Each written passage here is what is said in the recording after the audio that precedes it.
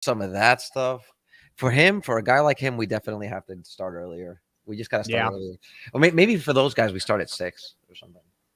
Like I think I like that. I like the free speech question you asked at the end yesterday because it was really nice to see him like actually philosophically speak about like Elon buying Twitter and what that means for free speech. Because I know he's a big proponent of it, you know? Yeah, he's a big proponent of it, but it's also like you start to understand a lot about people's sort of investment style based on their philosophy and how it reflects that, right? He's like an all-in guy, went all in on Tesla early, went big, you know. And he's been a pit bull. You know, you can also see why he might upset some people. He's got really strong opinions. What I love about him too is that like the moment you ask him the question, he just answers. You know what I mean? He doesn't think. He just has no hair on his tongue. And I was actually thinking about that last night. I was looking back through some of the guests that we've had, and I just love getting the opinion of these guys. Yeah. Broccoli Bob, same thing. I know this I get it. The Ioniq 6 has some stuff that the Model 3 doesn't. I'm so sick of that damn commercial. Christopher Patel, do we get to see your beautiful face today or not? Yeah, you're muted, by the way. Probably not. Probably not. Bro, you sound like you're in a holding cell. What'd you do? Wait, really? It's probably my headphones. Let me it's not that bad. There's a little echo, but Chris has made $17.5 million in the market in the past month, and he can't buy a webcam. Seriously. This is some really bullshit. It's 17.5 million. I've seen the screenshots, and right. So we need to start a GoFundMe. You need to start a GoFundMe. The link will be in the chat really soon. Motherfucker can't buy a webcam. Yeah, he's a bank vault. At least we have him though. That's good. So we have him. So I have a feeling like now he's been built up so long, like he's gonna have a whole different face when he comes on, like Face Off. Right? He'll just be somebody else. Thank you all for being here. 184 people. Vitaly is going to be here in a little bit. Chris is in a different location. He's not at home this week for work, so that's why he doesn't have his typical setup. But he is here with us today. Kelly, no, he didn't actually make 17.5 million. That was a joke. Goodness, she was about to slide into his DMs. She's about to slide into some DMs. Hey, Chris, you got a wife, but 17. Wow, people saying congrats, Chris. I'm kidding, guys. 17.5. What's interesting though is that they believe it. They'd be like, yeah, of course, Chris is gonna make $17 million. Chris. No problem. Of course. Chris is right. All right, so let's get this one started. Chris, I want to start with you today. The market went down on what JPOW said, and then the dip got eaten up. Pretty much every stock. Some stocks didn't recover to their opening prices, but they definitely did recover, like Nvidia going from 435 to 421 back to 430. What were your thoughts on what JPOW said today and how the market ultimately reacted to it? I mean, I think it was normal. You know, I think we're a little bit overbought. So best thing to do is just be on the sidelines right now with some cash. If you have some long positions that you don't want to sell, make sure you're hedged via some properly timed puts. Time to just chill, you know, let the people who got in at the highs cry a little bit, you know, think about committing suicide a little. And when they sell, you buy up all their stuff and then, you know, rinse and repeat. Guava. Vitaly, why are you nodding your head like that? I come in and all I hear is puts again. Buy puts. I'm telling you, leverage. You know, it's funny that this guy comes at me about puts, but doesn't acknowledge the fact that when I told him to buy some puts on end phase, it could have saved him probably half of his portfolio in the company. Oh, I mean, you do have to acknowledge the fact that I do get some of these things right? Is this baby Chris? Why is his voice so high? Yeah, Chris, you definitely sound like a little squeaky. I'll say that. It'll be fun for the rest of the pod. But I told the guy to buy some puts. You didn't say me shit. If anyone's been following me, I was selling end phase 270 to 340, took my money, bought a bunch of shit. Can't even talk about besides the pool, other shit, invested in other things. So you didn't save anybody any money, dude. The only thing you're costing people is a lot of money by not having a thesis and sticking with it. That's what you're doing. No, but you don't think puts in this market is healthy at all, given how frothy? No, you had your chance. That's it. The puts are over. No, but like that's backwards looking. Over. For those that didn't get in at the lows and they got in everyone could look backwards and say, look, if I got every bottom and every top, it'd be easy. Everything would be easy. Exactly. We talked about this yesterday. I'd be a trillionaire.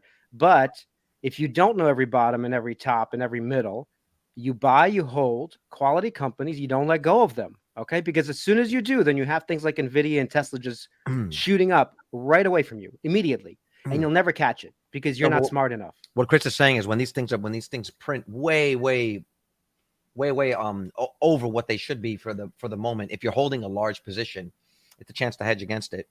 Put a couple of puts I know on it. exactly what he's saying, and But you could also, I mean, the other thing is you could also sell call options at that point when I did do that. bought. Right, You know what I I sold mean? stock. I actually prefer selling stock.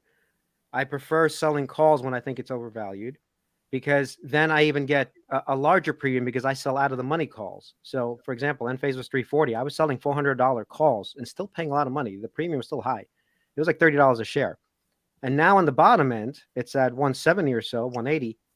I'm selling puts now. I'm not buying puts. I'm selling puts. It's a different strategy. See, the problem with selling covered calls, especially way out of the money covered calls, is that the position can go way beyond. They can go way beyond what the price that you're paying is. Like when you sell that covered call, now you're liable to hold on to those shares until that covered position becomes something that's tangible. I mean, sure, you'll gain a little bit of money, but if it goes way beyond your expectations, then yeah, you're going to take a huge hit. Like if you were selling $30 premium, and that was at a $400 strike, that means that all the way down after that initial $30, you're taking all that risk on yourself. Why do that to yourself? Why not just buy some puts? No, I'm not taking any risk. Yeah, you are risking when you sell a. We keep going in circles. Okay, this is pointless conversation. No. Let me just say, when you sell a covered call, that means that you have to hold on to those shares, right, as collateral. The problem is if it goes beyond your position and it goes down, right? Right. Yeah, you can profit a little bit from the covered call premium drawdown that happens, but at the same time, it can go way beyond that, which means that you'd have to now time two things by buying back those covered calls and then selling those shares. So no. instead, it would have just been smart. No, you're wrong. When I sell a covered call, I expect, I'm hoping I don't lose the shares, but I expect that if that happens, it's okay. That's why I do it for a tiny little portion of the portfolio where I don't care if those shares get called away. Wait, but if that's okay, why isn't buying puts okay? Because you're spending money on it. That's the difference. But you're losing money on the covered call if it gets called away. No. Exactly, I'm not losing money. What are you talking about? If it shoots up to $400, you're losing potential gains. Not losing shit. Calls are being called away. You're not losing.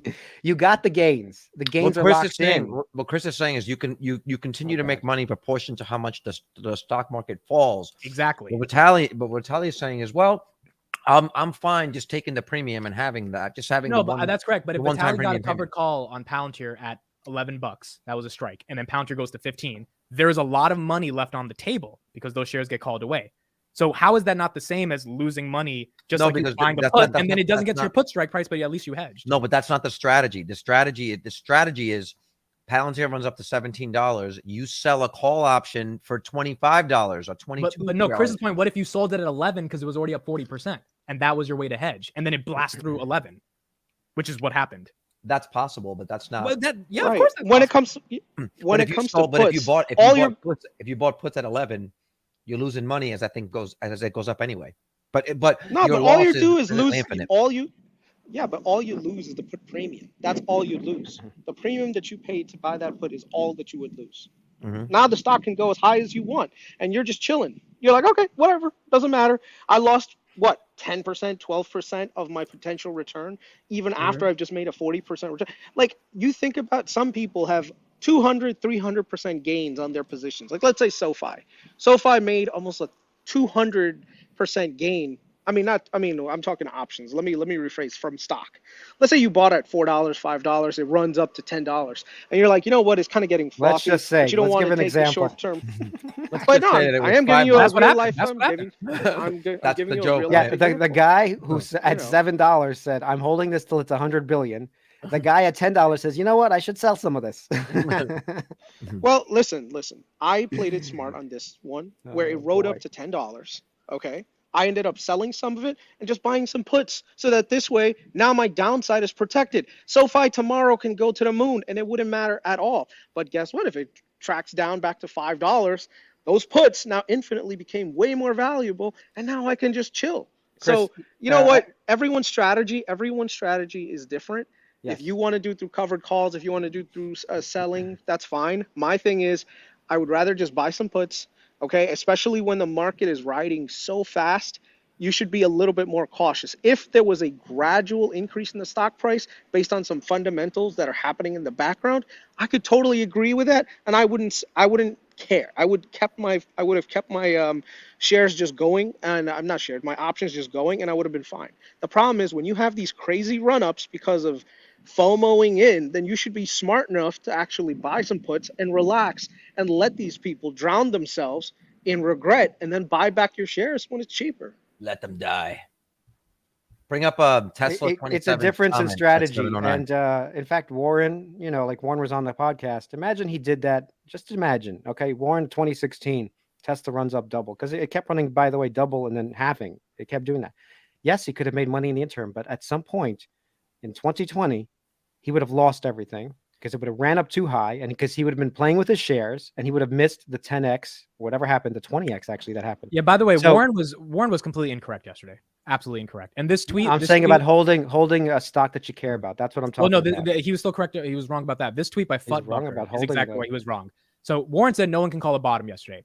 Futbucker on his Discord I'm, called the bottom. I'm not referring to that.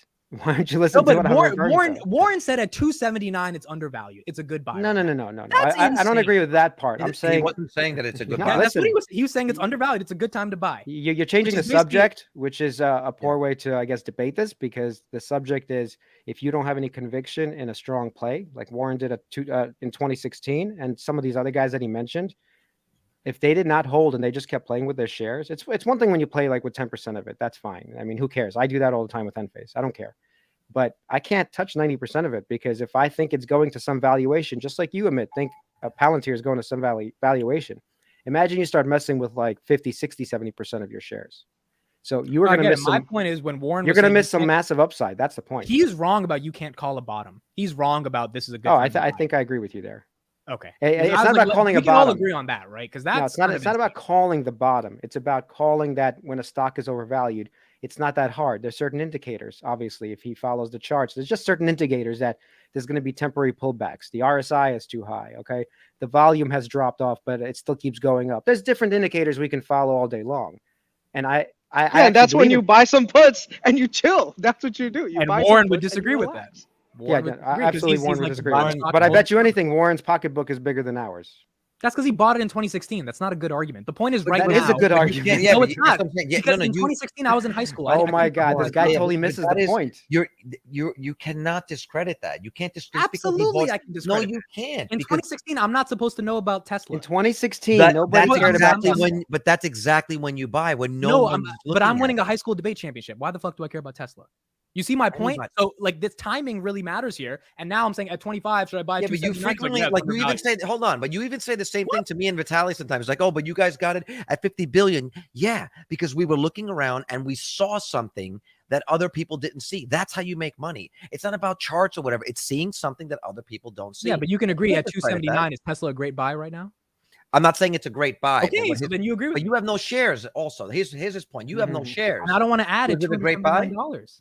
and for some people who don't believe the story, the price is always too high. By the way, I do believe the story, but I Yeah. still don't want to buy Yeah. at $279. Well, look, Right. the point is all those guys, okay, the guys who even like in our chat, Johnny, okay, he bought Enphase at $1, did not do any puts or options. I bet you he's richer than all of us. And Okay? he's still buying. Sonny and he's Coates still buying now. bought at $1, didn't do 90 anything cents. with his shares. Yeah. Okay, he's richer than us. Warren Buffett holds his shares. These are He's such richer than bad us. We can go down the list. These are such horrible examples. Chris Yeah, is the not guy going to bought be a the stock Warren for Buffett of the 300x generation, richer than unfortunately. us. He's going to be a decent trader. He's going to make some money, and that's going to be the end of it. He's not going to be the guy that 10x is on his position because he cannot hold a position that long to 10x. While me and Carlos have the temperament to just sit and wait.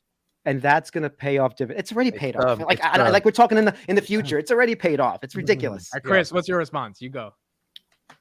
I would say that there are some things that I just can't wrap my head around why you guys are not willing to pay a small amount to buy some insurance on a company so that this way your long-term thesis is if you think a company is going to 20x, by all means, I hope it does, but don't be dumb and not buy some puts on it when things riding up really fast for too long. Like when Tesla, you guys have all said, oh, when Tesla hits $1 trillion, I'm selling some of it. Okay, what are you going to do with it?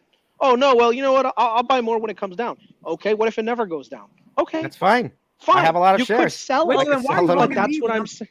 You literally. But that's what I'm trying to tell No, you. I The don't thing need is- to spend money. it gets- okay, on money I've made. I don't need to spend money on it. Okay, these companies. That's once just again, being cheap, dude. That's No, like it that's has like nothing to do walking being around cheap. with no insurance. That's the dumbest No, thing you- ever. It's like, you know what? I feel great. I'm not gonna buy health insurance because I feel fucking phenomenal. It's not the same thing But at then all. a car That's a hits good you, and analogy. yeah, That's a good It's analogy. complete lunacy. dude, it went from $300 to $100, dude. Just think about that. All I right, bought if more you shares. had bought some puts, That's what I did. If you had bought some, yeah, but if you had bought those puts, that would have secured your entire bag. No. You're missing the this case, mentality. you The could've doubled mentality your- is hold on. Your mentality is wrong because when you buy puts, you are hoping actually in the back of your mind that things go down because you want your puts to pay off. And in my mind, I don't need to have that mentality. When Tesla goes down, I look forward to it because I get to buy more shares, not spend money With on what- protecting the okay, old but shares. Wait, that's- but what buy Chris more is saying- shares. Yeah, but what Chris is saying, Vitaly, is that okay? Tesla hits $300 a share, and it's clearly like overbought. Take a small amount of money to ride that wave down, right? So say you have 10 grand or 20 grand sitting on I the know side what he's where saying. you You want to buy. don't have to Tesla explain it anyway. like in a different Well, way. why don't you That's do what money- he's saying then? Wait, He's I telling you- just want to explain it. You make money on the way down, then take that money and buy more shares than you would have if you just waited. That's his point. Is you're amplifying your buying ability. That's all he's saying. Exactly. And I'm going to keep It's eating my bad strudel. psychology, as that who said this just now. Wait, hold on. How, I don't get Glad it. it's not me I fighting don't today. get how you say it's bad psychology when at 400 you're like, oh, I should be selling, and then me at 279, I'm like, huh, seems kind of pricey, and you're like, oh, you don't get the story. Who said It's the bad same thing. psychology? You're Hold doing on, the same I'm thing trying as to me. find it. You understand? You're doing the same thing as me, Vitaly. At 400, I'm just doing it at 279. So we both have a different price, but you agreeing at No, 400. I'm not buying any puts. I'm selling some shares. I'm not doing any of that. Or some calls. I like getting paid for things. Okay, you guys like to pay for things. There's a big difference there. It's a different philosophy. I like when people pay me for things. And you Yeah, like to and pay you for things. and here's Sure. the thing. And what's funny is you will I happily have pay the renters, and by the taxes way, the on- people I sell shit to is people like you because you're a renter. Okay. I'll let Chris I talk. Go sell ahead. I'm shit not to a you. renter. I'm not a renter. I'm not saying a you have a you're renter's renting- mentality. He's You have a saying you're renter's renting- No, I mentality. don't have a renter's mentality. He's saying No, you're I don't renting have a renter's shares when mentality. you buy puts. You're renting shares. No, when you buy puts, you're I'm not think of saying it like you're buying insurance. Okay, I know some of people they're like, yeah, insurance is just a waste of time. I don't need it. Yeah, up until lightning hits your home and then it burns out. Like, here's a question, Vitaly: do you buy insurance on all your properties with your renters? It's an idiotic question. This is not the No, same why thing. are you? Why don't you? No, hey, listen, this is the I'm big just asking you a fallacy you question. have. But here's the thing. You said right there that don't have a renter's mentality. Do you have insurance on your properties just in case one of your No, tenants I don't decides, have it. Hey, No, You don't have insurance on you're your just letting houses? I don't have Isn't insurance that on my illegal? houses. We got to call some cops. See? What's going He's on so right now? silly. He's so silly. No, but this is what I'm trying to get at. That people are willing to pay insurance on things that are valuable. Look, if I don't your believe in bag, renters insurance. especially if your insurance, especially if your property is becoming such a large amount, if your asset becomes a large part of your portfolio, it's smart to buy some insurance. Okay, You have no Yeah, choice. it by may the way. seem This like is you're actual throwing- law. So what are you talking about? Ridiculous. dude, you can do. Don't true. do that. You could do self-insurance. You can do self-insurance. No, as a Ridiculous. corporation, you can do self-insurance. You can do self-insurance if you wanted to, but you My won't do mortgage that. company. You will actually go to If Grindr. anyone knows anything about real estate, your loan provider forces you to buy insurance, and if you don't, they want to take your house. Okay, so this is not the same but thing. that's the point You're they're trying to conflating make, two that if different. you- but You're that's 'cause you have conflating two a loan. different things. If you, no, You're complaining two different things. no. See, here's the thing. You got a loan on a property. There's a big difference. The bank requires you to have that. If you have your own collateral, let's say you have your house free and clear, then you could do self-insurance, can't you? If you knew anything about real estate, Right? you would understand why you would never want to do that. But you don't know anything about real estate, even though But you that's keep my saying you point. do. That why are you? But why are You you not never buying wanna do insurance that, what on you're another saying. asset? But that's what I'm trying to tell you. Why not buy insurance on another asset that you have? Especially if you think of your Tesla shares as a giant asset, because at the end of the day, that's what they are. Why wouldn't you want to buy some Chris protection wants to on make it his so that point. this Yeah, way, look. if Okay, things let's are end going, this debate with two comments. Matt Money says, I see Chris's perspective. I align with Vitaly, though. That's a great comment to end it because Matt is usually on the opposite side of Vitaly. And let's do a super chat. to end this comment. ET FaceTime home, long overdue. Thanks for the consistent value, entertainment, and laughs. Keep going. Don't underestimate how big the show can get. Thank you, ET. Means a That's lot very to nice us. of you, ET. Thank you. Appreciate that. And now we know what you look like. And now we know what you look like too. All right, next topic, because this will be an eternal debate forever, and it'll be fun to get to the debate next time. Intel has dropped 6% today as the company updates their chip manufacturing plans. Intel stock dropped 6% Wednesday after the company gave investors an update on the company's turnaround plan to become a foundry competing with Taiwan Semiconductor TMC. Intel's new reporting structure could help control the cost of the chip maker, which is seeking to trim as much as $10 billion of its costs over the next 3 years. Other chip stocks also fell Wednesday amid a down day for tech stocks. Some of them did recover. So I wanted to open up this conversation because we've spoken about Intel, but we haven't done a deep dive on it in the past couple of weeks. I'll start with you, Vitaly. Is Intel cheap right now? And are there any catalysts you see to buy Intel over the next 5 years?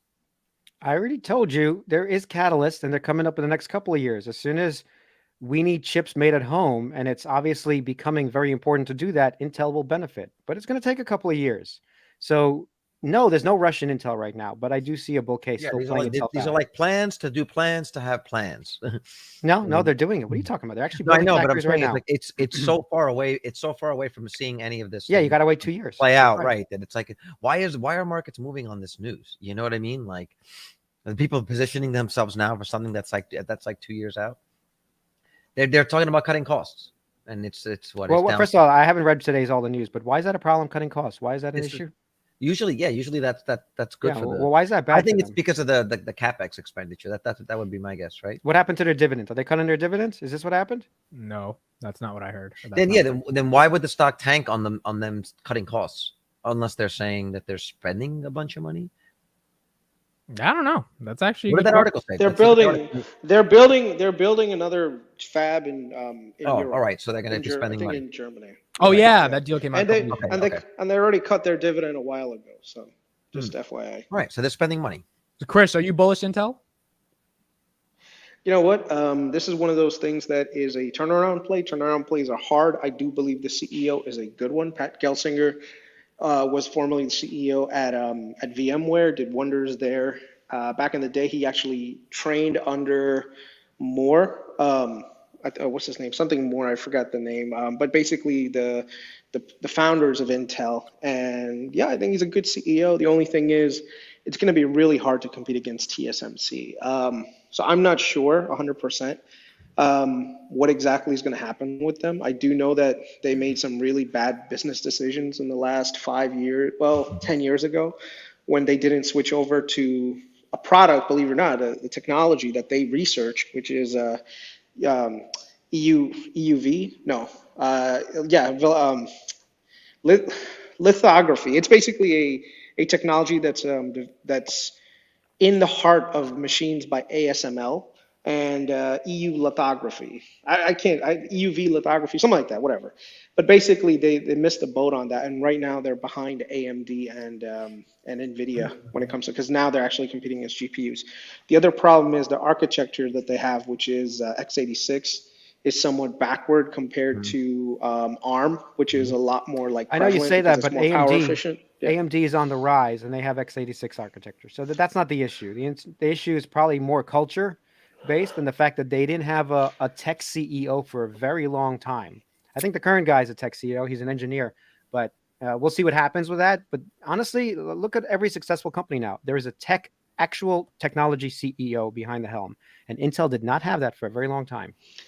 See, the problem isn't whether or not the leadership is there, but the thing is, like, you tend to develop over 10 to 12 years, well, not even 10, like almost 20 years of being at the market leader, developing a lot of rot around your culture, right? When it comes down to organizations, there can be fiefs that get developed. You've got issues with middle managers that you may not have had personal experience hiring. You know, the vision is all messed up. It's going to take a significant amount of time and effort and energy into getting everything working the way it's supposed to. So I'm not sure. I'd say with Intel, it's a wait and see approach for me. I can vouch for that even in companies that I've worked for. You're always better being number two. You stay number one for too long, you get complacent. And they were number one for a long time. And that comment about not having a tech CEO was a direct jab on Carp. I mean, and I know That hurt a little bit. You guys know That was Carson They can't all have a philosophy degree. That was a side jab, by the way. I really meant a little about the bing, Intel CEO. bing. And it's funny you mentioned being number 2. You know, you're complacent as number 1. Yeah. Isn't that your meta Apple argument? So No, so Apple's going to good. stay in charge. They're not going to be complacent. But Yeah, Meta's well, it's gonna like be I think I've made this. no, I'm saying, but it before. seems like you did that point.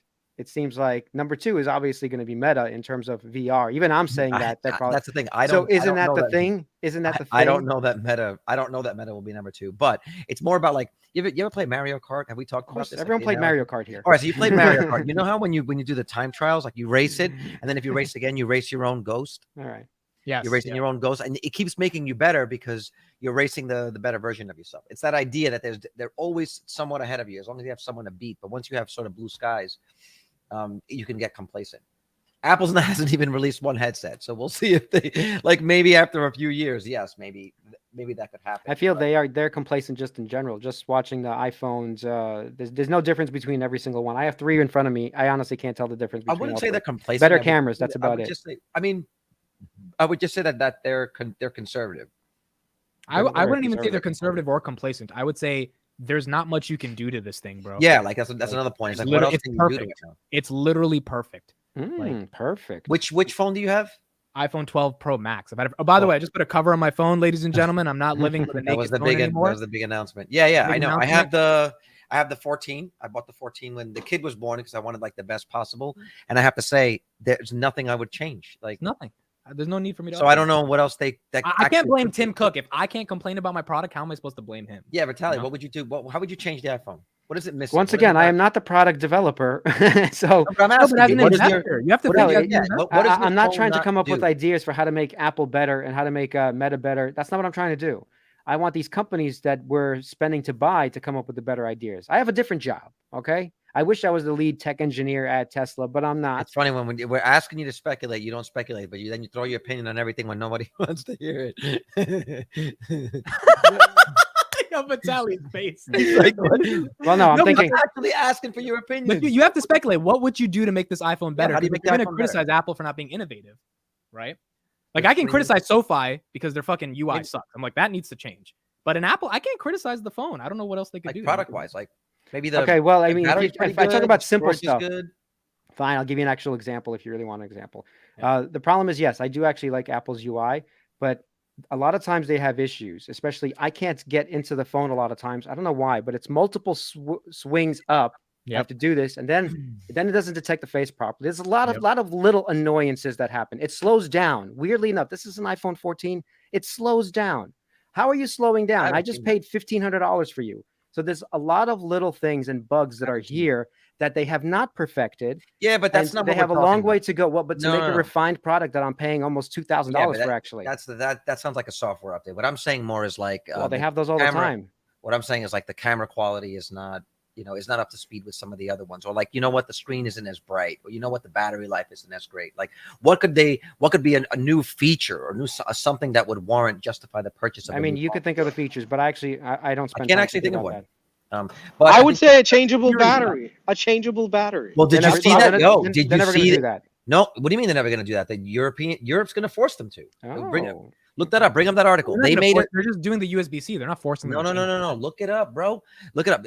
UK passed a law that could force Apple to have to make the battery swappable because what they're saying is like it's like a consumer production act, right? They're saying you can't just have consumers have to buy phones. It was announced yesterday. And this is a thing because this will change the way iPhones are built. Yeah, there you go. But it's not going to be like Android where you can unscrew the back of it and immediately change it. Well, this wasn't the article I said. This is more like you have to make the battery something that a user can open up and swap out. Like there's no way Apple's doing that. It's going to be an ugly ass phone if they do that. It would be ugly. There's no way. It would be ugly. I also would like for them to move away from Lightning and go to USB-C so it works with all my other peripherals. I mean, they already have USB-C on all their MacBooks. Yeah, I'm with you with the Lightning thing. I'm over it. So there you go. Those are two things that I would say that are. But would that make you buy a whole new phone? No, that's not. That's a little whack.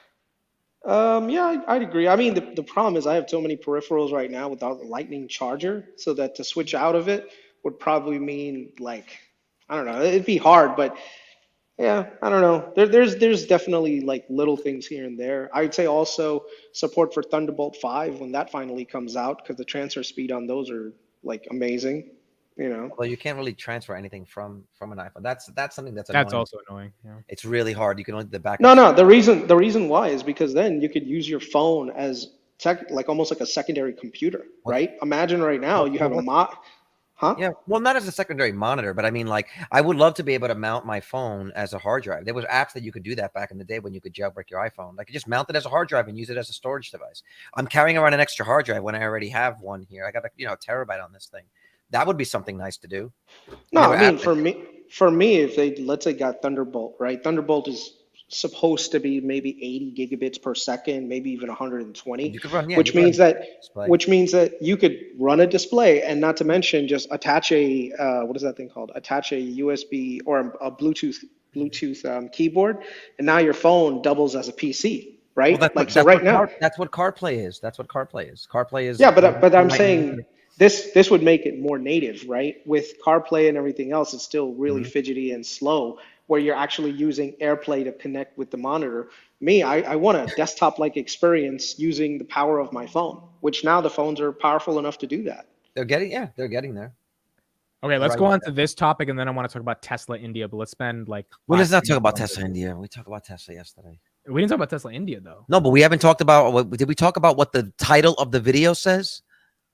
It was guess we how did. Tesla won't fail. I guess- mean, Warren No, no. pretty much. No, Oh. I'm saying the title of today's video. Yeah, we talked about JPOW crashed the I market. guess. Did he do yeah. that? Yeah. That's the market. Okay, I guess we did. that. Okay, PayPal, Chris. It's at 68. It was at 58. Are you a buyer of PayPal right now? Yeah, I think they've got a bull case on their hands. The only thing that's holding me back from PayPal is just their CEO. You don't know who they're going to get. Their current CEO is going to leave soon. I'd like to know who the new CEO is sooner rather than later. But I think it's very undervalued for its geographical reach. Their business is still doing really well. They're net income positive.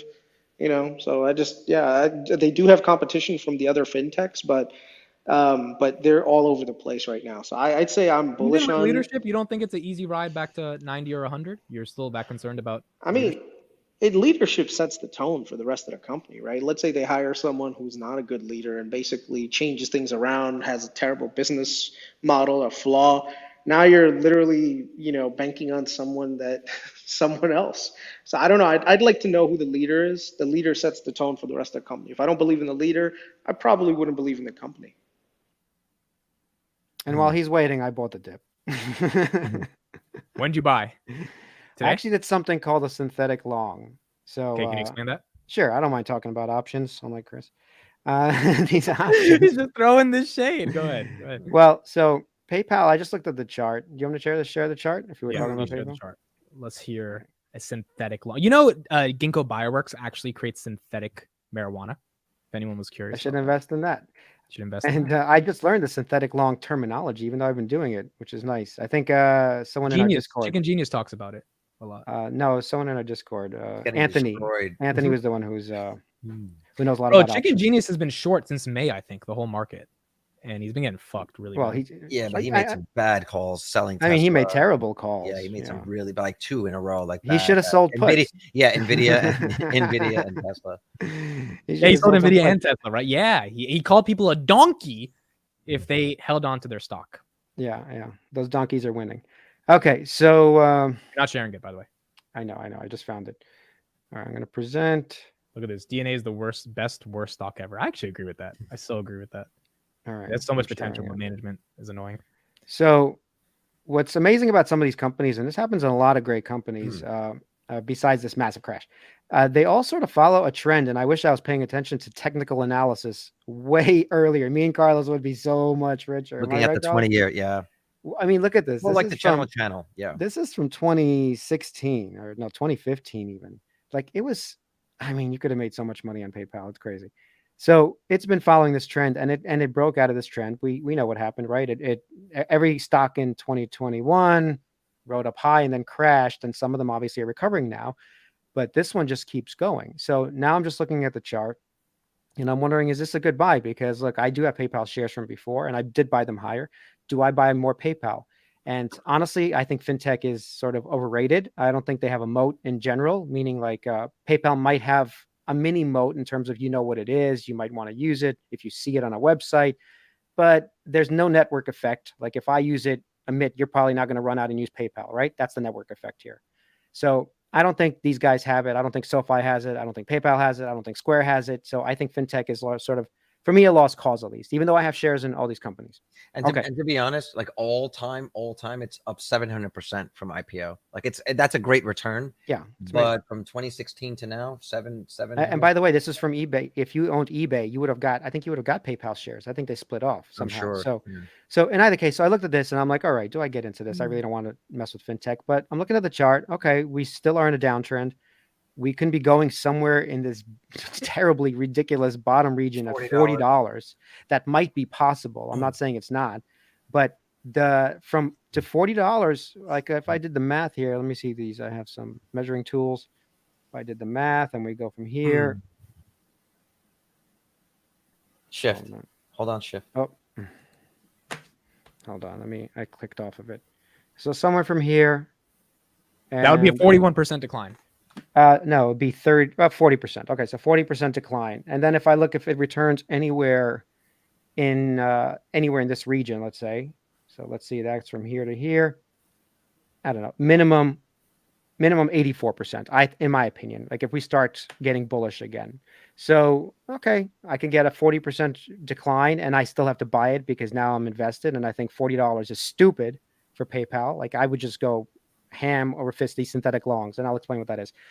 Or I'm just going to DCA a little bit right now and see if I have to DCA more if it falls to $40. That's the plan. That if it falls lower, I'll buy more. If it doesn't, then I'm just going to keep my current synthetic long, which is this. Okay, so we saw the chart. $40 seems to be the bottom, unless PayPal is done growing completely and it's now just a complete value stock and the PE is dropping under 10. You have to believe all these things. Like PayPal's done growing, the PE is crashing under 10. It's going to stay there forever. And they're never going to grow again. So that's the thesis that's playing out right now. One other thing I want to point out, if I look at, this is the monthly, and you look at the RSI over the monthly, we are at the bottom of the bottom for the last decade, basically, of PayPal. And it's bearish as fuck, as you can see. So, all right. So we have all this information. Now I'm like, what do I do? All right. So let me $40 the bottom. If I do a synthetic long, what I can do is sell a bunch of puts. People will pay me money, right? At a 2025, at a $50 strike. That's what I did. $50 strike. The year 2025, it has to be around 40 something and change. Okay. In 2025, that means the growth is done. And it means I have to buy those shares under $45 roughly, or it's going to go up. So I bought at the same time a bunch of calls, and that's what a synthetic long is. You sell a bunch of puts because you're bullish on that the trajectory is going to go up, and you buy a bunch of calls and you sell a bunch of puts, all at the same duration out in 2025. So I'm doing this because I think PayPal has reached some sort of a close to bottom, if not a bottom. And, once again, I'm bullish on it returning higher, but am I bullish on the sector? I don't think I am. That's pretty good analysis. It's not bad. Not bad. Can we get a quick explanation of RSI, Vitaly? Relative strength indexes kind of shows you when something is overbought or oversold. So I'm at the chart right now. If something is hovering on the monthly, like this is weak, it's around 30, and it's never been this low for this long. Doesn't mean it can't stay there for another 2 years, by the way. But that means usually that there is such weakness in this stock. And usually you want to pick it up on super weakness around this 30 RSIs when you're like, if you think a company is good, this is like a perfect time to pounce. Enphase is one of those companies. If it hits around this 30 RSI, 35, you sort of, and under the 200-day, you want to be pouncing on it. And when it's overbought, means too many people are buying it and it's trading too much, and then the stock pumps too high, then it's usually around here. It's around, let's say, 80 or over 70. 70 is the general consensus that over 70. It's a momentum. Right. It's too much. You should probably cool off. You should not be buying. You should probably selling into the rallies, that kind of stuff. So these are technical indicators that help you trade. They're not always correct, by the way, but that's why I look at like the monthlies, and I'm not looking at minute by minute candles here. I'm looking at right now, PayPal is considered dog shit. No one wants it. It's failing. It's going to zero, as Matt Money likes to put. Everything's going to zero. That's what's happening with PayPal. If you think that's not happening, it's a good time to take a look at PayPal. Is I'm this just similar sorry. to I'm Meta? sorry, but like I just find this company so boring. Like I can't even I talk agree. about this company anymore. I Like agree. the charts and everything is cool, and there's a trade to be made in here, but like Yeah. I just can't imagine giving a shit about what PayPal stock does. It's like feels like owning Twitter. You know, when Twitter was public for years, you're just like, this thing is just fucking doing nothing. I can lose money, so I'd rather lose money somewhere else, you know, or make that money somewhere else. So yeah, appreciate the technical analysis, but can we do that on the companies that are like So you're not somewhat interested at all? If like if Not the at all. trade It goes back to what Vitaly said. Like there's no like they were first. They were early, right? So they were one of the first people. They opened it up to everybody, and everyone copied them. And what competitive advantage do they have over anyone else, right? Over any I'm not other even done service? qualitatively. I'm like, if its fair value is 90 and it's going to get there and you buy There's it a at lot of 68, companies that are going to be valued a certain way, and that they can make money on a trade. But in general, I try not to play trades because that's where you get burned, and then you put more pressure on your investments to make up those losses. And I know that even from my own, like the other day when things were running, I had a couple of trades that I made, like some bad trades that I was doing in my portfolio, like with some of these weed stocks, and my portfolio finally erased all of those just from like some of the run-ups, right? But I'm just like, this is why I'm not going to get into this shit anymore. I'm just not going to do that. It's annoying. I don't want to watch those industries. I'm not shitting on anybody that's interested in that. But like for me, an exciting play in this business, in this industry would be a company like SoFi that I feel like is getting started, and they have a trajectory and a roadmap to actually make me money. PayPal is this fucking dinosaur that's churning up and down. This is why I think the stock's not doing anything. This is why the RSI has been dead for months. This is why the stock's in the toilet. So can it recover when the entire industry comes up? It's possible, right? Once everyone doesn't fear fintech or banks anymore, they're going to run up. Like, I am just so not looking to take any time out of my day looking at PayPal. Sorry, rant done. Like, So Yeah, besides they're also 80 billion dollar market cap right now, which means that they're probably a little bit kind of on the frothier side when it comes to the fintech even at this area. price, So even at this, right? Okay, I put in the And dude- StreamYard in the chat for anyone who wants to come ask a question live. I'll answer one question. What right, happens if it trades sideways? And I want to make a point why I'm not buying shares. So if I buy shares, I pay what, $6,800 for 100 shares, right? If you do a call, yes, you're paying a premium and you sell the put. So you're paying probably $20 and change for the shares that you get to control. So if PayPal doesn't do anything, then I've only lost the 2,200. So that's correct. I've lost it. But if it doesn't do anything and I have it at 6,800, does nothing, I've lost 6,800 for a number of years. I'd rather lose 2,200 for 2 years than 6,800 for 2 years. So that's why I'm doing this personally. And no, I'm not excited by this too. but I will happily take the fucking double that will come because of this trade. Okay, but you also know that look, to that point, yes, the option's going to make you money faster. It's going to amplify the stock. It might be a 3x in fact in the option. But also you also know that there'll be a point when it's over. At some point, no, I'm selling. My plan is to sell. Right. I'm not keeping the shares. It's over. Right. It's going to end at some point.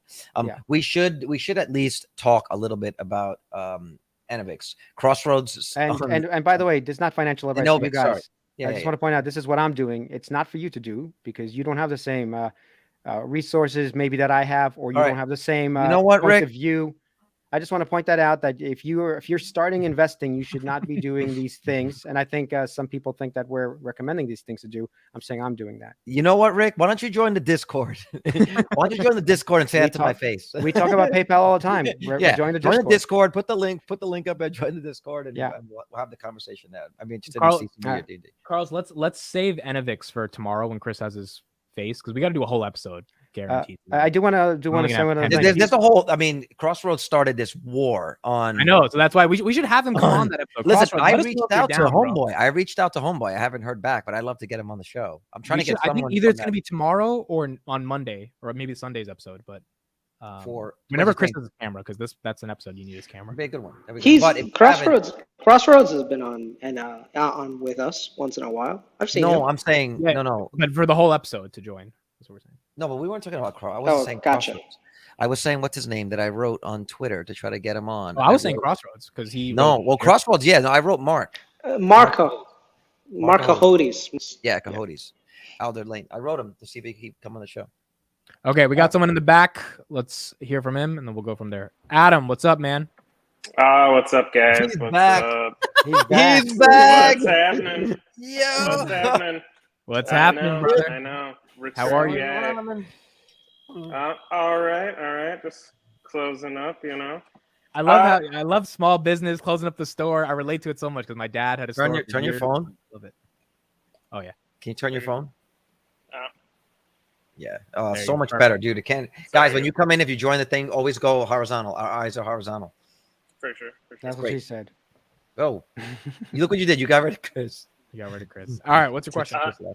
I was kind of surprised you guys didn't talk about crypto a little bit today. Oh, with that's right. Bitcoin Because going- people don't like, don't respect crypto. They think it's No, we got to talk about it. We got to talk about your little fairy 30,000. tale Yeah, going I to the saw moon. it. I saw it. It broke 30,000. But You Yeah. got to talk about your little fairy tale going to the moon. Crypto's fake and it's bullshit, and they want to talk about PayPal. PayPal going Okay, up. so let's talk about 5%. something that's not fake. Or Intel going up 6%. Look at that shit.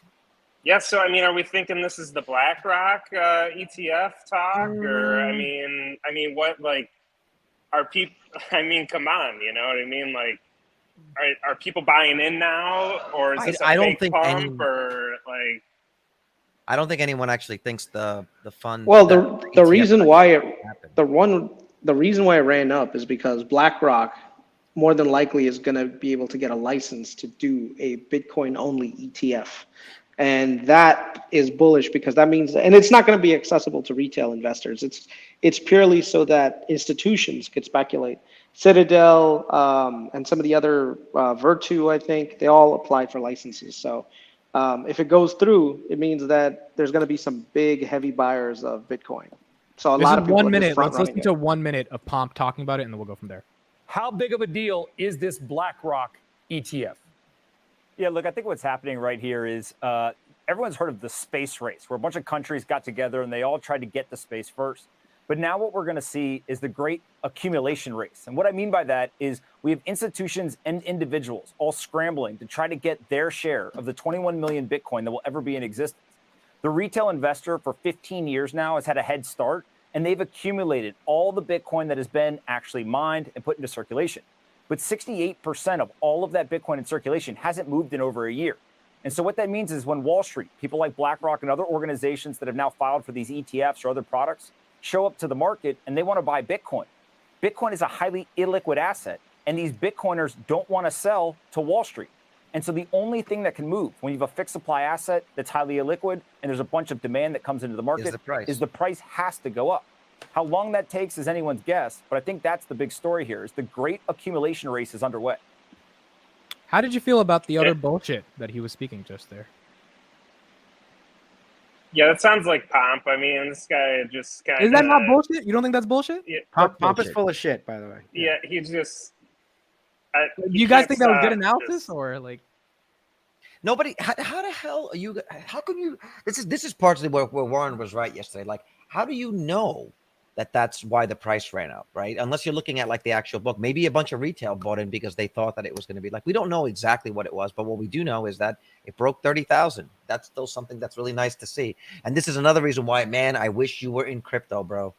I wish you were in crypto. I wish you listened to us, man. What? And I bought it at 28,000. No, I wish you bought it when it was whatever 20, 15, 20, like when it was lower. Like the moves that of this thing are just unlike anything. I mean, I'm probably liken mostly to Tesla on the stock market. By the way, I mean, don't worry. The pump is gonna fade out real quick. Of course it is. And on this for sure. There's a reason too. Okay, first of all, the way crypto works, if you followed it for 8 fucking years or longer, okay.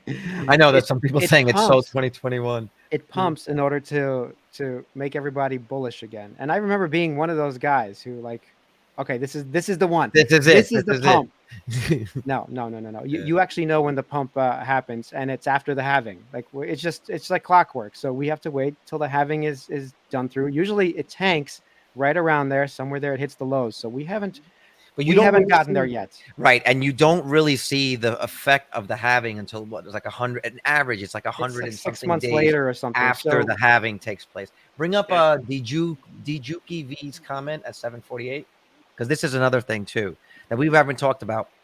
with respect to it. Like Bitcoin This has is a good argument. This is a That good is argument. happening. Bitcoin has Yeah. a dominance against other coins because remember they're currencies. So imagine them like they're all different currencies from all these like different countries, and they trade in and out, right? So people, if all coins are falling and they feel Bitcoin's running, they'll transfer it into that. Part of the reason why I think Vitaly is saying that this pump might fake out is because then that Bitcoin profit trickles down back into the altcoins. And this is why you don't do anything with the altcoins until Bitcoin actually runs and rallies. And typically after Bitcoin runs and rallies and you get the blow off top, a month later, then the altcoins start to run. So it's like its own little and the other thing it's a pump, universe. by the way. If you looked at Pump's screen, or CNBC screen, XRP is up 40%. Okay, so what the value? Did not see that. No, my point is like when Bitcoin takes over, it takes over. Everybody else bleeds. Everybody else fucking bleeds. So when that's a good sign, by the way. That means the crypto winter is coming to an end. We need to see everybody else just get totally trashed, including Ethereum. And Ethereum's not trashed yet, I would say. Get totally trashed. Bitcoin has to get to over 60% of the market cap, right? Yeah, of all crypto. I think it's at 50 now, so over 60%. That's when it's time to finally you can start looking into crypto and diversifying and doing whatever you want to do. But until then, honestly, everybody should just ignore it or just DCA into Bitcoin and Ethereum for the long term. If you're willing to wait the 4 years, that's fine too. My brother actually bought, yes. My brother actually bought an iTunes gift card back in like 2000. Bitcoin was like $200 or whatever at the time with his Bitcoin. It's like a conversation like half the time we see each other. Just like, how are the iTunes gift cards? My little cousin's like, what are you even talking about? You know what I mean? Like, he got how it much from of my your little portfolio cousin. is crypto, Adam? Very, very low. I would say like maybe 2%. When did you start buying? I was late. Like I saw my brother like kind of getting into it, and I was kind of broke at the time, so I didn't really have money to put into it. But probably like 2-3 years. Nothing. 2-3 years ago. Okay. Yeah, nothing. Not like You're a long-term insane. believer that Bitcoin will go to 1 million, like Kathy says. I don't think 1 million. So what's your price target on it? But price like target 900,000. This is the most funny thing, bro. Like people who buy a security, an asset, and don't have a price target on it, you'll only find that in crypto. Because like you should immediately have an answer. I have 150,000. It's a currency. It's a currency. It's not a security. It's an asset. It's a security. Yeah, it's an asset, but that's like saying, what do I want my house to run up to? I don't fucking know. I would typically, you should have an answer to that question. No, I don't. Your house is I not don't. going to be worth $20 million. I don't. Not My gonna house be worth might be worth $20 million $200,000 if I hold it long enough. Yeah, but Carlos, you're gonna be dead by the time it's worth $20 million. That LA real estate is not. But my kids will be alive. My kids will be alive, and that's how I look at crypto. I look at crypto as like holding real estate. I don't look at it as holding a security. There's no CEO. There's no quarterly earnings. There's no nothing. It trades 24 hours a day. It's worldwide. So it's gambling. It's not gambling. It's like a property. A property is just there 24 hours a day, 7 days a week, right? Not making you any money. Not making me any money all day. No dividend. No nothing. It just is what it is. It just exists as an asset. As Charlie Munger says, it's rat poison, Carlos. Yeah. It's rat poison. And it's going to zero. Okay, Adam, what would you like the price to be for Bitcoin in the next? Up would be an easy answer, I think. But the idea of it and it just gets you. It just makes you feel good about it.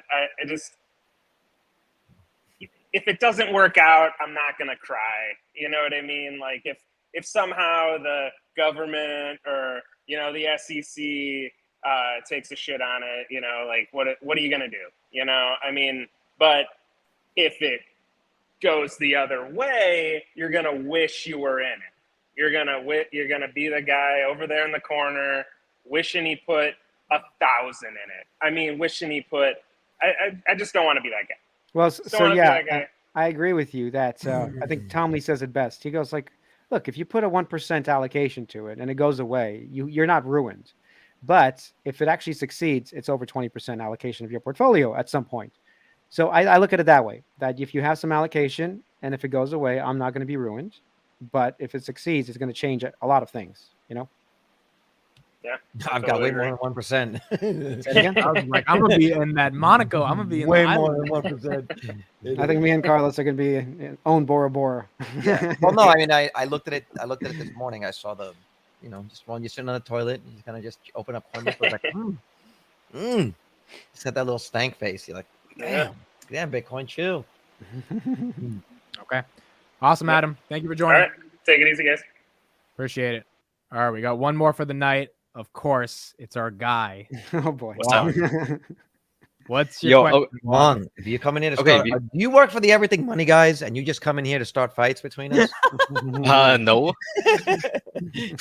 No, okay. So I just want to say something about crypto.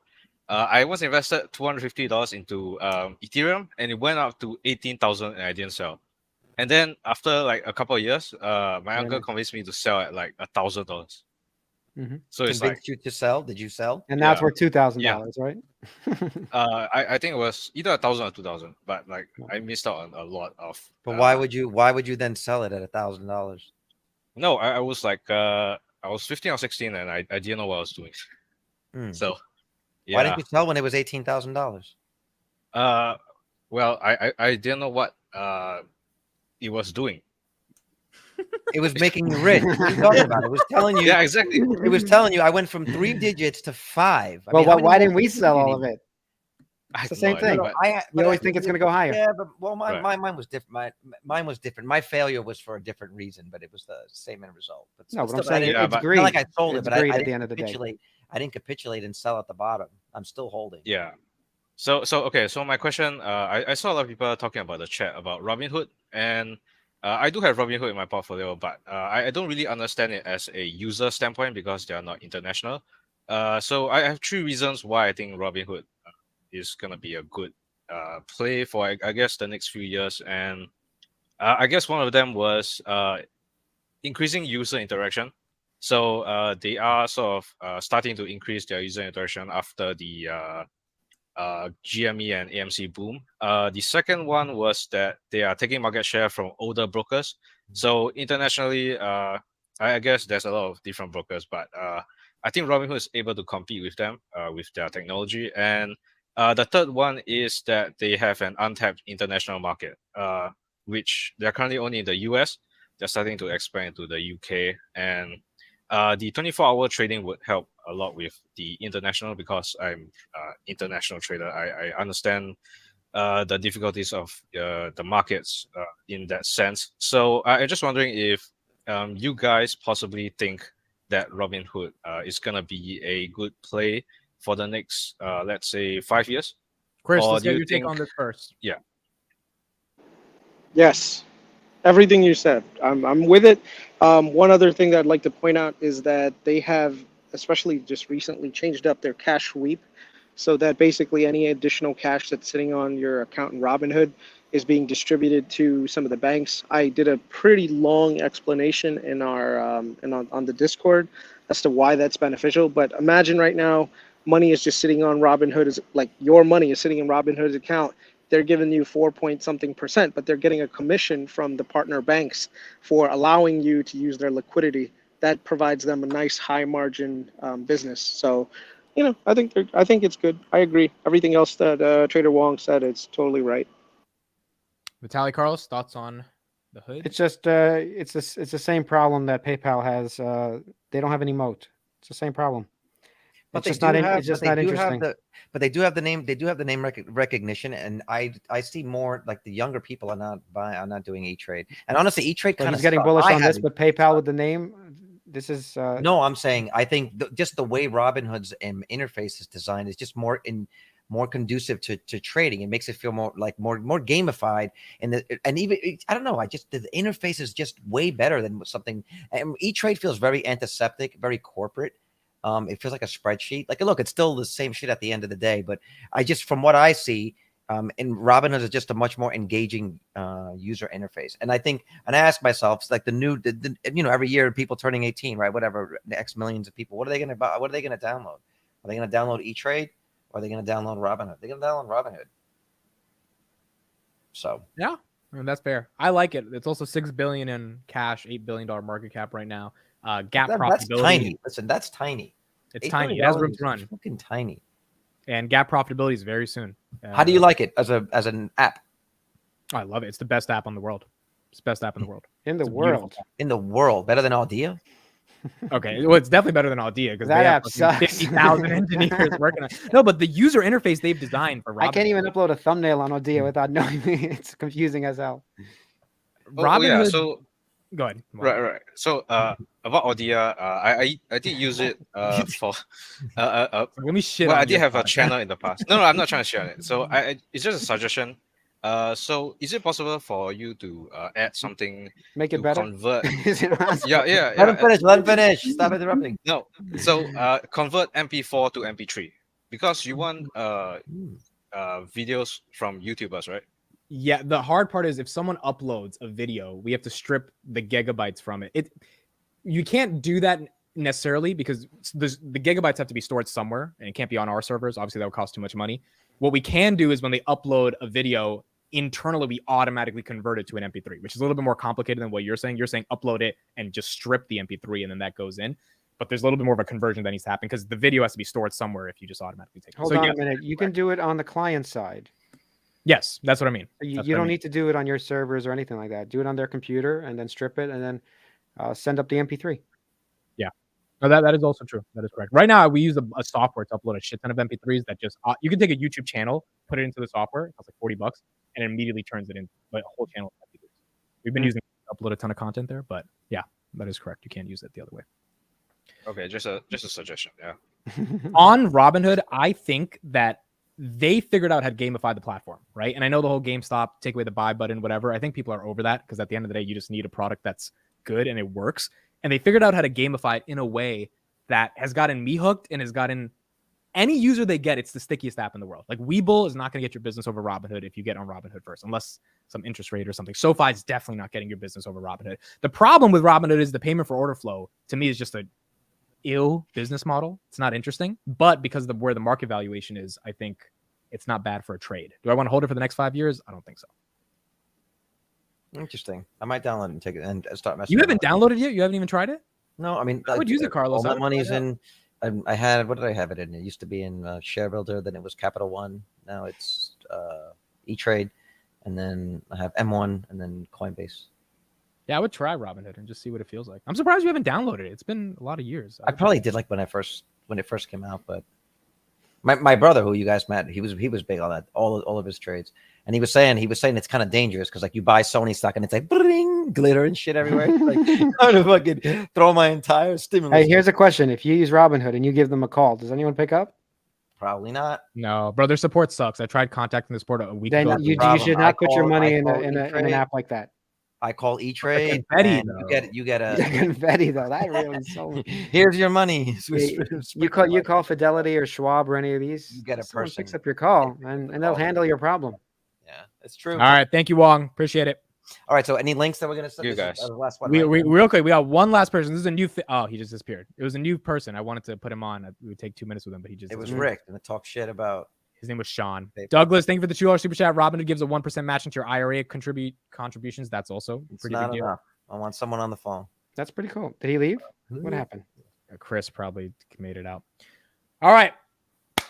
That's it for us. We are Links. out. Put up Links, some links. links. And Chris how many doesn't even people? say goodbye anymore? Yeah, he doesn't say goodbye. He doesn't ring the bell. He's like, he doesn't do That's just none like of shit. it. Fuck you guys. We're not doing 466 that. people.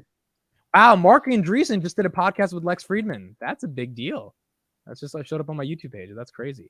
All right, Finance Junkies in the chat. There it is. Please, Sunday episodes are going to be there. We're at 1.36K subs. Oh, like and subscribe right now if you haven't. Please just did you put the link in? You did. Yeah, Okay. it's in the chat. Please like and subscribe to that. Sunday episodes will be there. And we're posting a ton of clips now. So for those who are subscribed, you'll get the podcast clips. And if you haven't, get healthy. Go to the gym tomorrow, guys. Everybody, go to the gym tomorrow. Go sweat. Do some exercise. That is correct. Daily reminder. All right. We'll be back tomorrow to end out the work week and then Sunday on the new channel and keep going from there. All right. Thank you, everybody. Twitter's in the description. Please follow us there. We'll see you next time. Bye-bye. Bye. Bye. Bro. Fuck you, man. No, we're still live. We're still live. Oh, Oh, I just saw you join. Oh shit. Are we Okay. still live So with now we're still freaking live. For hundreds of anyone else people? that's here, I literally just saw you joined. What's up? No, I know. I did it last minute, and it's because you said, "Oh, this is the last person." Right when I got on, like right when No, I there was got a guy before backstage. you named Sean who came on, and then he left, and then I saw you came on just now. Okay, so for Yeah. those who are here, Scott's been trying to get on the pod for a long time, so I Yeah. just pressed on your name right here. What's up, man? How are you? Dude, I'm good, man. I'm burnt out with my job. You know all about my job. I don't want to explain it to everybody else, but I'm burnt out because it's the summertime where I'm working 65 hours a week. I'm ready to start real estate, and y'all had your little real estate subject tonight. You got to get on. We got to get you on when we have Chris on, because then he'll have a way better. Well, I don't really even have that much real estate questions, man. I want to know. Let me ask you a question. And for those that don't know, Scott's one of my OG subs. Been around for a long time. Me and him have privately talked. I was there at 1,000, probably even there less. at 1,000. Yeah. So I appreciate you, man. Thank you for joining. But so first of all, since it's just me and you, and I don't have to waste their time because I know how they get antsy about timing, but it's not going to be long anyway. The first thing when I was upset with you, I wasn't actually upset with you, but I was like, "What the fuck, Amit?" Or WTF? I'm sorry, Amit. Is I was going to ask about the calls and the best way, because I was selling calls on Palantir when it went up to like $13 and $15. I was selling calls because that was a big run up already. Mm-hmm. And then when it went to 16 and hit 17 on a lot of days, I was like, fuck, these $19 calls, covered calls that I wrote are going to hit. I don't want to lose my money. So I wanted to come on and ask, like, how do I do that? And then TJ, the wheel deal, came on and was like, dude, roll them, pretty much roll them. And that's what I did. And like, I had to roll. None of your shares got called away. No. Okay. Nothing's been called away. And now at this point, I've made money on all of them. When I wanted to talk is when I was down on them because it had kept on going up. But now, like, they were all 2 to 4 months out. And I was only down when we were in like the high 15s, 16s. Now I'm up on every single one, and they're probably all going to expire worthless to the person who bought them from me. I'm going to get all the premium. You get a premium. Yep. Yeah. So I'm actually glad, but like, I did. Pounds would have to go to like $20 for you to be underwater on them, right? What? Or like, because you rolled them to the next couple months, correct? Yeah. Okay. So Palantir, as long as it doesn't hit 20, as long as it stays under your strike for the next couple months, you're good. Yeah. And my strike is from 19 to like $22. My strike. So if it goes above 19 and in some cases 20, some cases 22, then I have to sell it at that price.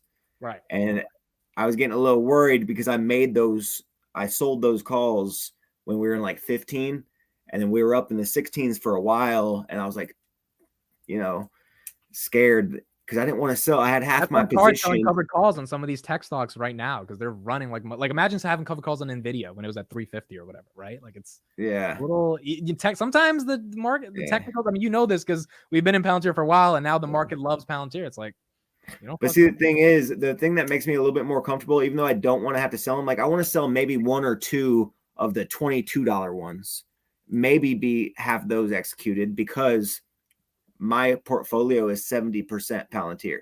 So it's okay if I have to sell a little bit at $7 more than it is right now. You know what I mean?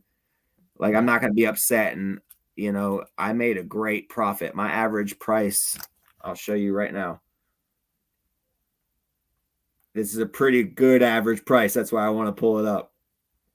I guess it's like $9.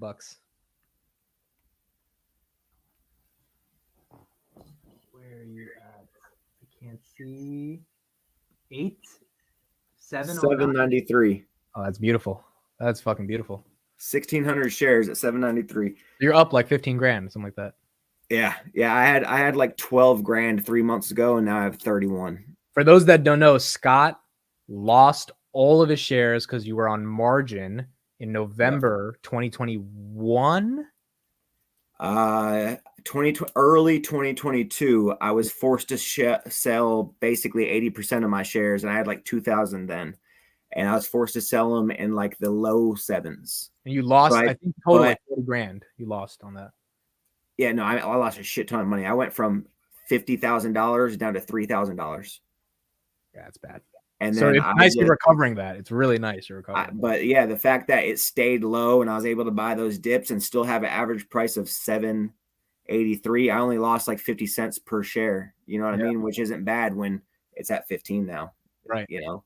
Right. So, but that's what I was going to say. I was kind of going to bring up the whole, the call situation. And like, even though now it's working for me, what would you have said to me 2 weeks ago? And then another thing I was going to say was, TJ's advice is the right advice. Roll it over. Yeah. I would personally say don't sell covered calls on Palantir at all right now, but it's not a bad thing to do if you think the price is not going to hit 22, 23, especially with the growth rates not as good right now. Are you selling any calls, Amit? I feel like they're saying you're not. Dude, why not? Just sell like a $22 call. How many options do you have? I have a lot of how many shares do you have? 3,000. But Yeah, I kind of, my philosophy right now is if it dips, I buy. If it goes above my average at 15, I enjoy the ride. Like that's kind of how I'm playing it right now. Yeah. Because I don't know, man. It's scary. Like you never know, bro. They announced $110 million of deals yesterday, a week ago. Q2 hits it out of the park, even though I don't think it will. But let's say it does. That motherfucker blows. Because what we saw with NVIDIA was crazy. I'm not saying that's gonna happen with Palantir, but we just don't know right now. So kind of just letting it play out. How do you think Q2 would hit it out of the park? Because nothing with the NHS will be shown yet. Well, if AIP acceleration, clients. if AIP acceleration happens immediately, right? Like if they onboard 50 customers, 30 customers to AIP, yeah, they're going to beat on that revenue. Would be commercial, wouldn't it? Mostly be commercial. Yeah. No, I mean, I still, the last time I was on your show and they're like, oh, Mike dropped Scotty on the side, but I still believe $100 stock in the next 3 to 5 years. I just think, you know, there will be the ups and downs, but I think it could at least within 5 years be $100 stock. Yeah. That is fair. We got 360 people still here. So that's these are the OG Palantir bulls. For some reason I can't see the chat when I'm in here, but that's cool.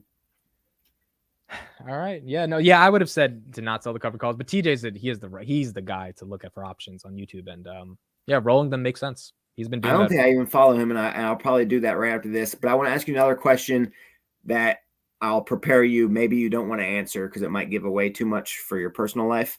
But what is your like part of your portfolio is Palantir? I think if you want to answer that. Don't answer it. 50, 60%. Yeah, around about that. Nice. It used to be a good looking portfolio, and you're making money on this YouTube thing, man. You're doing good. You're doing good, bro. Yeah. The thing is, the average is at 50, you, bro. So I haven't made money on Palantir outside of like I guess you could say YouTube, but it's at my average is 15. So like I was up like I don't know whatever amount of money when it was at 16 something, but now it's at 14.90, so I'm back down, right? So like to me, that's my philososophy. That's why I'm like, if it goes to 12 or 11, fucking buy it. Like I don't now. You were half of your average. Now you're at it. Yeah. 2, 3, and for those that don't know, I had my average was 26. So like people are like, how do you not still have a $15 S? Because I was fucking buying a lot in 2022, like aggressively at $13, but it went to fucking 6, you know? And so sometimes you just don't have money to keep buying. Yeah. I was lucky enough where that, when I got margin called and they took all my shares, that it stayed down there and I was basically able to gain all those shares back. So that was my only luck of my stroke of luck with Palantir is that when I was margin called, I was able to pick them back up at the same price I was margin called really quickly, and I have a low cost basis. Yeah, because of that. Good. A lot of people. I mean, I get DMs every day saying there. You know, people are like, "I'm thankful for watching your channel. I was buying at $7, $8, $9." His mom commented, she's like, "My son was buying at $8 because he watches you on YouTube." And it's super cool. Obviously, I'm not the reason for that, but it's cool that people discover the channel at a time. Dude, you're the reason for that. I mean, honestly, yeah, I guess you don't want to be the reason for that because you don't want to be the reason for anything bad. But like a lot of people watch you and you give people conviction. Like I had conviction way before I looked you. I was looking up Palantir and I found you. You know what I mean? Because I loved Palantir and I saw it in Palantir, but you've only added conviction to me. So in that, I bought it on DPO. I'm just happy that people in the past couple months found my channel when it was at $7, $8, because if you're finding my channel when the stock's at lows and then the content's good enough to like give you pieces, then you fucking, you know, you made a killing, which is great. People are up 2.5 times. Yeah. That's sick, man. That's sick. All right. Well, that's it. Thank you for joining, man. We have 345 people still stay for the after show. This is awesome. I love it. So I'll keep talking, but I know you're busy, man. Yeah. I'm super. Do I have you have my phone number, right, bro? because I'm not on Dude, Instagram. I call you on Instagram. Yeah, I don't use IG that much. So you should have my phone number. I'll text you afterwards, or when I end it. Just Send your phone number on Instagram. Okay, sounds good. That's probably the easiest way, right? Yeah. Yeah, man. All right, keep everybody. hustling, Thank you bro. for joining in. Hope you enjoy the after show. Finance Junkies tomorrow. Back at it. Good night, everybody. Good night.